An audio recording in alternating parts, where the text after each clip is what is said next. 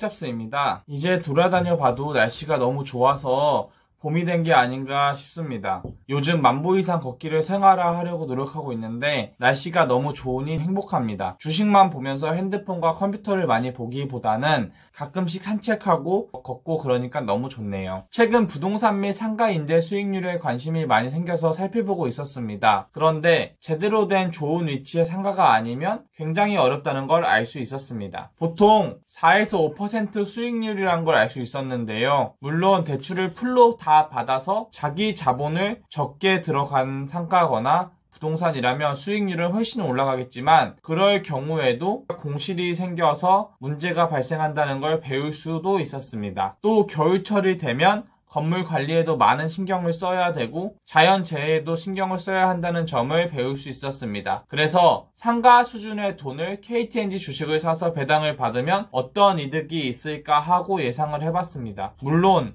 상가가 어려운 지금 모습만 보아서 그렇지 거래처 사장님들께 들은 상가 및 꼬마 빌딩의 위용은 대단했습니다. 꾸준한 월세에 더불어서 핵심지 상가나 빌딩은 가격까지 많이 올랐다는 걸 배울 수 있었습니다. 상가나 부동산의 최대 장점은 대출을 일으키기가 쉽다는 점입니다. 물론 아파트나 주거용은 이제 대출이 예전처럼 나오지 않겠지만 한국의 부동산 불패를 믿고 대출을 일으켜 자기 자본을 최대한 적게 하면서 투자를 하고 그게 안 되면 세를 끼고 매수를 하면서 시세 차이까지 볼 수 있었다는 장점이 있었습니다. 이 점이 주식과는 완전히 다른 것 같습니다.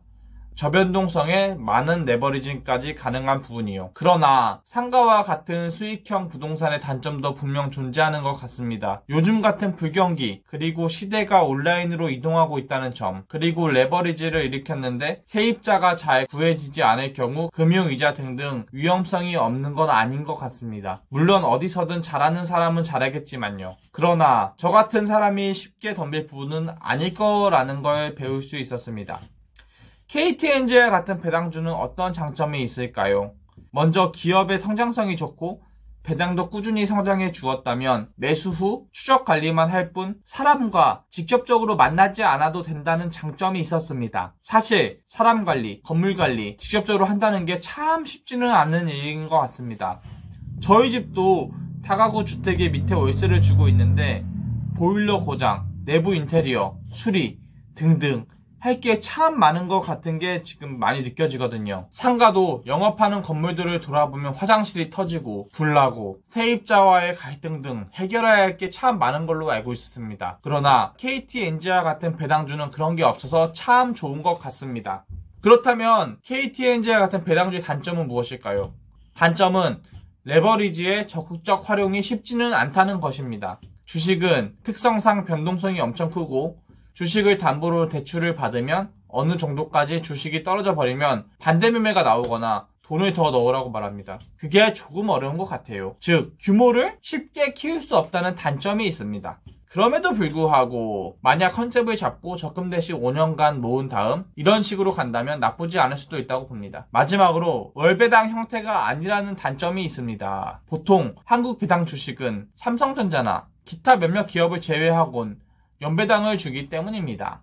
그렇다면 오늘 제목과 같이 KTNG를 1억 매수할 시에 받을 수 있는 배당금은 얼마일까요? 간단합니다. 먼저 KTNG 한 주당 가격이 8만원이라고 가정해 보겠습니다. 지금 1억을 전부 매수하면 1250주를 매수할 수 있습니다. 또 KTNG는 주당 4,800원의 배당금을 지급한다고 하였습니다. 그걸 환산하면 600만원이 됩니다. 여기에 세금을 제외하고 계좌로 1년마다 입금될 거예요. 세전 50만원씩 받는다고 계산이 됩니다. 1억만 매수를 해놓는다면 연세 받는 것처럼 600씩 들어오는 것이죠. 거기에 만약 배당 성장을 계속 이뤄지면 그 금액은 계속 높아질 수 있는 것이죠. 사실 월 50에서 100 정도만 늘어도 할 수 있는 게 상당히 많은데 도움이 많이 될 것 같습니다. 사람 신경 안 쓰고 건물과 같은 실물에 신경 안 쓰면서 얻는 수익이라는 장점도 있는 것 같습니다. 그렇다면 앞으로 돈을 어떻게 배치하면 될까라고 생각을 다시 한번 해보았습니다. 저는 최대한 사람과 돈으로 엮이는 게 어렵고 싫습니다. 평소 좋더라도 돈이 상관되면 저나 다른 사람이나 어떻게 바뀔지 모르기 때문입니다. 그래서 저는 주거용 부동산의 빚을 갚으면서 주식수를 계속 모아가야겠습니다. 제일 지루하고 재미없는 과정이겠지만 어쩔 수가 없는 것 같습니다. 여러 관점에서 아무리 생각해봐도 이게 제일 저에게는 맞을 것 같았기 때문입니다. 오늘도 긴 영상 시청해주셔서 정말 감사드리며 좋아요, 구독하기, 알람 설정까지 한 번씩만 부탁드릴게요. 항상 감사합니다.